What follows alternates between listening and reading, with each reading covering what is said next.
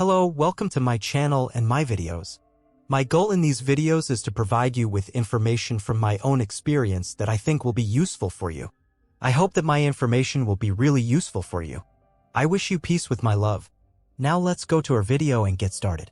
Without forgetting, if you subscribe to my channel and like it, you will make me happy. You will also be informed about future videos. In this video, I will try to explain a subject that I think will be useful for you in many ways, and I will try to convey information to you. Today's topic is about how and in what various ways the narcissist tests his partner in his relationships, that is. I will give information about how he practically tests whether the manipulations he wants to manipulate work in order to direct him in the direction he wants. First of all, we need to understand why a narcissist needs to manipulate someone. And before that, we need to understand how and in what ways he tests you to see whether his manipulations work or not.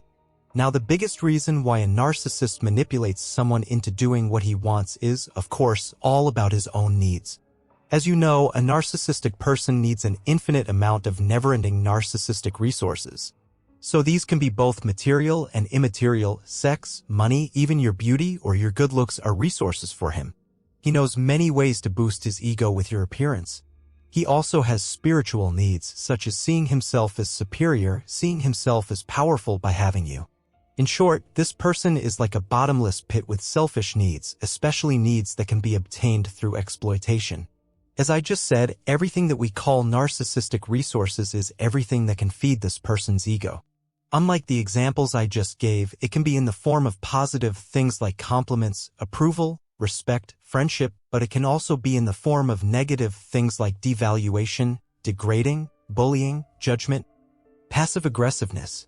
Since the narcissistic person has no intrinsic sense of value, he needs an endless supply of narcissistic resources.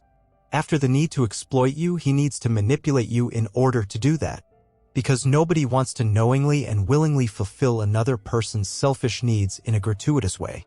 So you don't knowingly become a slave to the other person just by completely ignoring your own needs for your own self.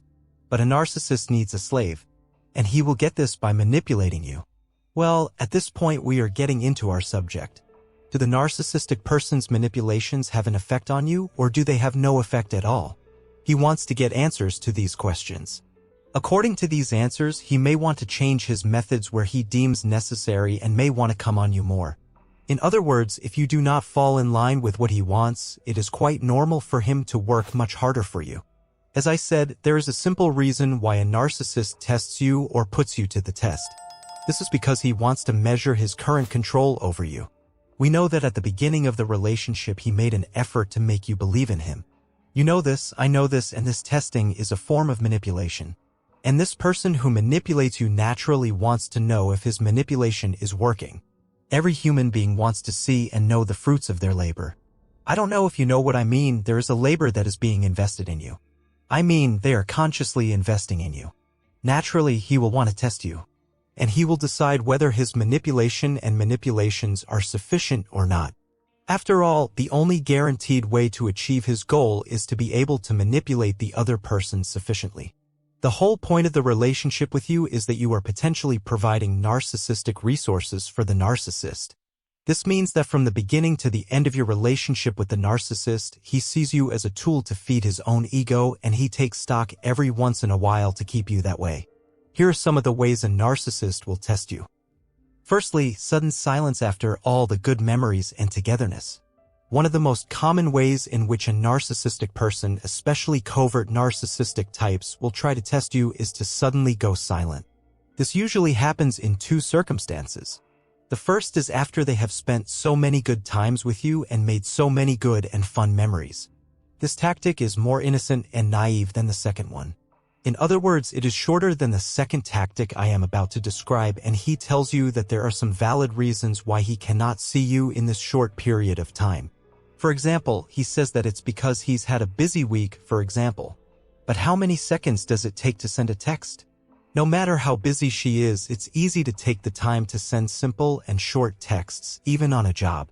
But as we said here, everything is planned, so if he goes silent, you won't be able to reach him. He makes you believe this easily because you are already at the beginning of the relationship. You are in the part we call love bombing. And it is much easier for you to believe him. Because you haven't seen his real face yet, you don't know. As I said here, there is no reason for you not to believe him, and he has very valid reasons. Of course, you will find out later that they are fake and lies. So the purpose of his doing this here is, did he get you? Did he impress you? He wants to see that. Will you chase after him in his absence?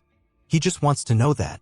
If you have been trying to reach him with anxious thoughts, especially during this time, then he has succeeded. The second is when he is at odds with you. And I want to emphasize that since his silence is purely for manipulation purposes, it is very likely that it is done deliberately and intentionally when he is at odds with you. Again, this is in line with what I have just explained.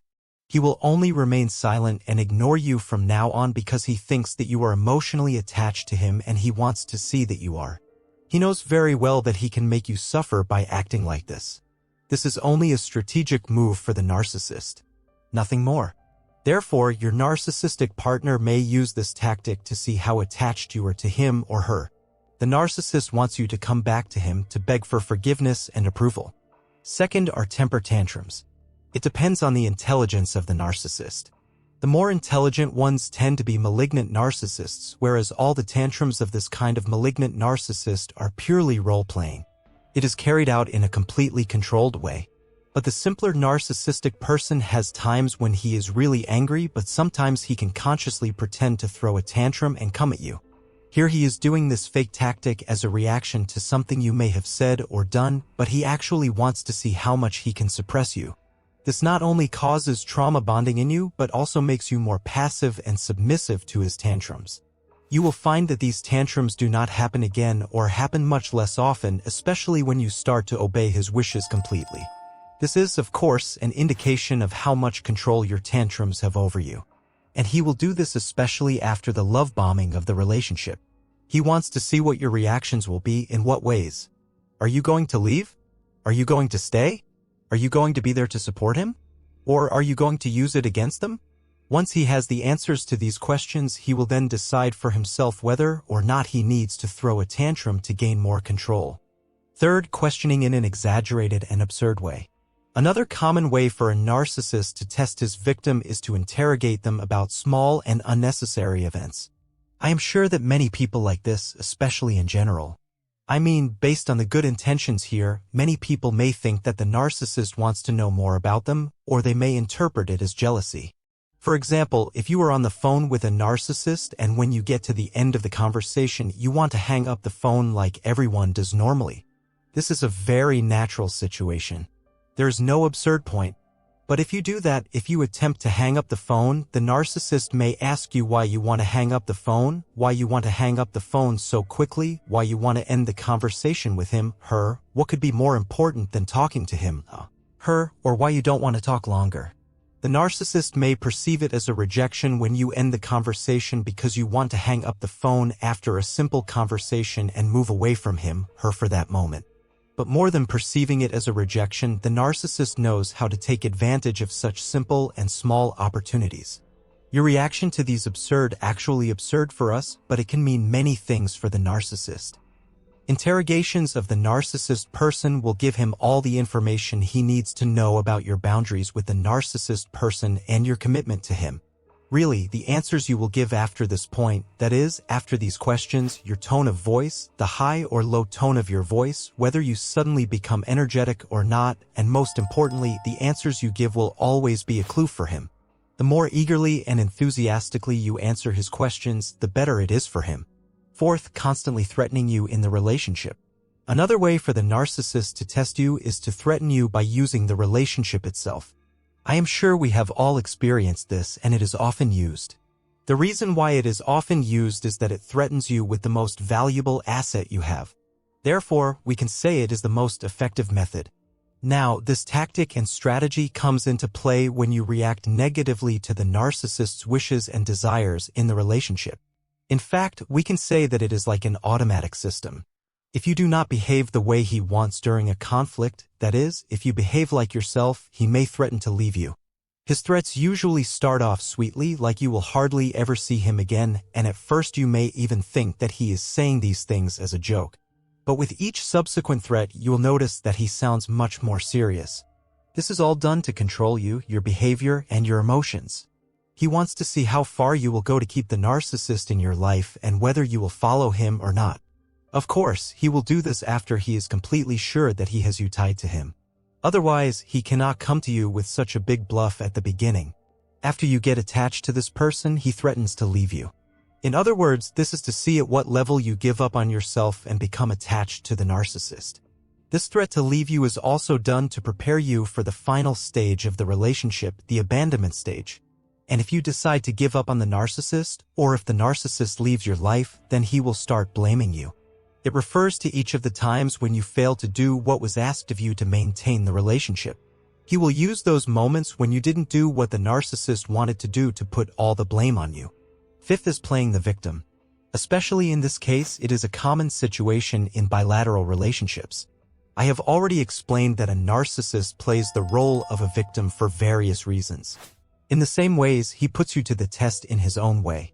The narcissist also likes to play the victim role as a means of manipulating his victims. The way of testing here is related to beautiful and sweet question sentences. In particular, he often asks questions like, "Do you love me? Do you miss me?" The purpose of these questions is to find out how much you are attached to him by looking at your answer. Or, on the contrary, he will come to you with judgments like, "You don't love me." And he doesn't hesitate to say these things until he tires you out. Or, "You don't respect me," or "You never want to spend time with me." You may hear such words. He says these things to gauge your reaction to them. What he really hopes and expects from you is that you put the narcissist and his needs first in your own life, that you provide the comfort and security he seeks, and that you forget everything that has nothing to do with him. He needs to be sure that the ego he is used to getting from you is not depleted.